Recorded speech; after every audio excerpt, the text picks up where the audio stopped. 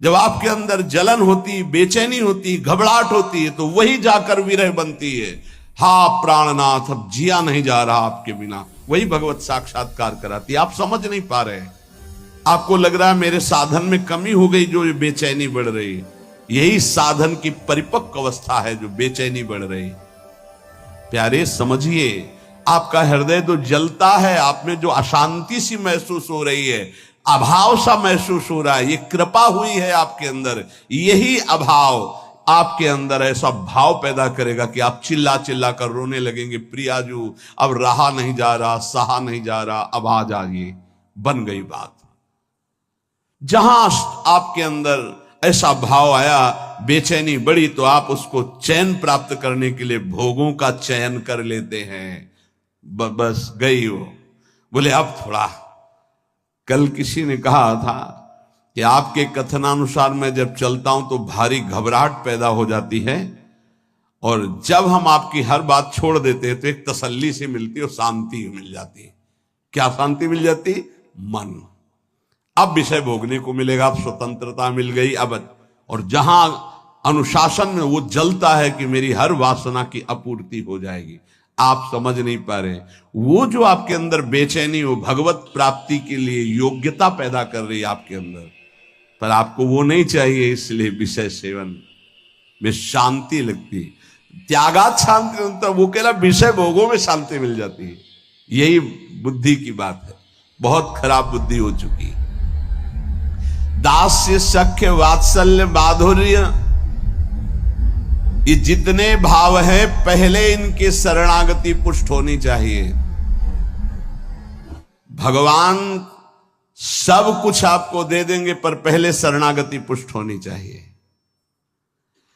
अगर आपने अपने आप को श्री भगवान को दे दिया, तो श्री भगवान अपने आप को आपको दे देंगे। सौदा बहुत सस्ता है। हमने अपने आप को तो भोगों में दे रखा है।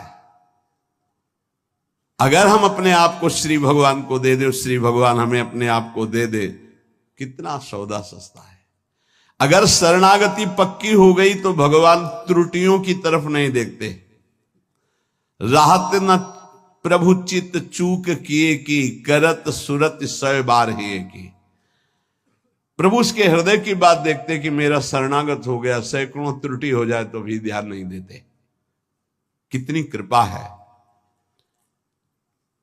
जैसे पीछे आपने सुना था कि भगवान कह रहे हैं, मेरे जन्म कर्म को दिव्य मानने वाला पुनर्जन्म को प्राप्त नहीं होता। ऐसे ही मैं प्रभु का हूं, प्रभु मेरे, उसका पुनर्जन्म नहीं होगा। शरणागति का शुद्ध स्वरूप। हमारे माई श्यामाजू को राज, मेरी श्यामाजू मैं श्यामाजू का, ये सूत्र समझ लो।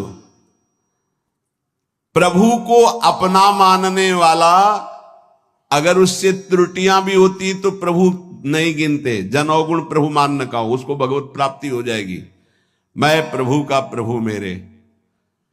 बस किसी भी दबाव में आकर बीच में तीसरा नहीं हो जाना चाहिए। मैं प्रभु का, प्रभु मेरे।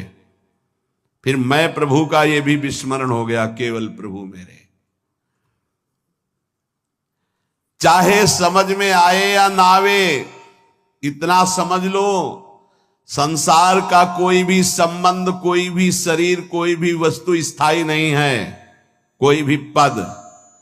लेकिन ये बात सदा तुम्हारे अंदर स्थायी बनी रहेगी, मैं प्रभु का, प्रभु मेरे। अगर आ गई है, शरीर छूटा किसी भयानक अपराध से, अगर फिर जन्म हुआ तो ये बना रहेगा, मैं प्रभु का, प्रभु मेरे। और ये आपको परम पद प्राप्ति करा देगा। अवश्य अवश्य भगवत प्राप्ति हो जाएगी। तो अगर भगवान से कोई दुश्मनी कर ले तो उसे भगवत प्राप्ति हो जाएगी। द्वेष कर ले तो भगवत प्राप्ति हो जाएगी, क्योंकि प्रभु से ही तो जुड़ा है वो। भगवान को गाली दे, अपमान करे, नास्तिकता, बिल्कुल भगवान से बैर माने, उसे भगवत प्राप्ति हो जाएगी। यहां की जैसा कहा कि जैसे भक्त भजता है, मैं वैसे भजता हूं, तो वो वैर से भजेगा तो वैर से ही सही, पर भगवत प्राप्ति तो हो जाएगी ना। बोले नहीं, भगवान ने एक शब्द कहा है ये यथा माम प्रपद्यन्ते, प्रपद्यन्ते माने शरणागति, शरण में, मेरी शरण में होकर जैसा भाव करता मैं ऐसा अनुभव कराता हूं। तो वो जो भगवान की निंदा करता भगवान की शरण में थोड़ी है, उसको तो नरक की प्राप्ति होगी।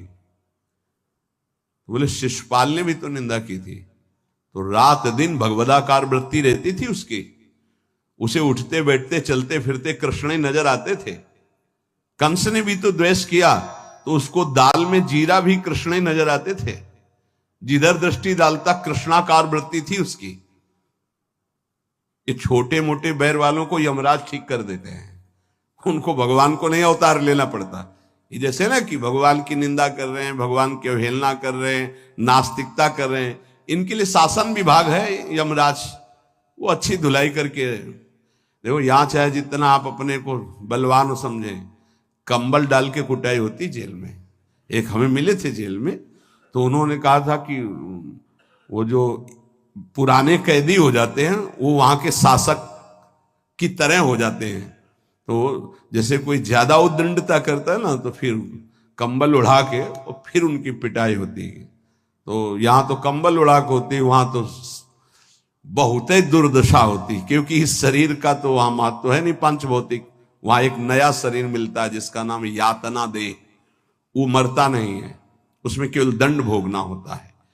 तो कह रहे हैं ऐसे लोगों के लिए तो यमराज ही काफी हैं। ये तो उनके लिए जिनकी हर समय कृष्णाकार वृत्ति में द्वेष हुआ है।